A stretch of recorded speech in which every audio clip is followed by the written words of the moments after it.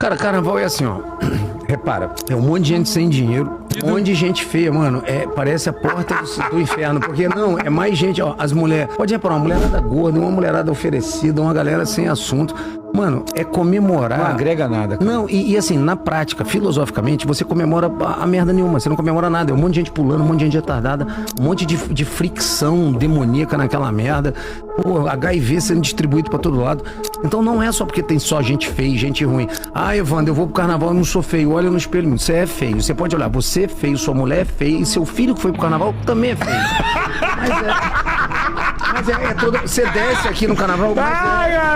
Gente bonita não vai no carnaval, cara. Eu detesto o carnaval. O povo com peito caído, fumando, bebendo, povo feio. Agora os mimizentos vão falar que o cara tá falando mal do carnaval. Tô falando mal, não gosto dessa porra de carnaval, caralho. Mas carnaval é um negócio sem sentido. Qual é o sentido do carnaval? Não, os bloquinhos é os piores.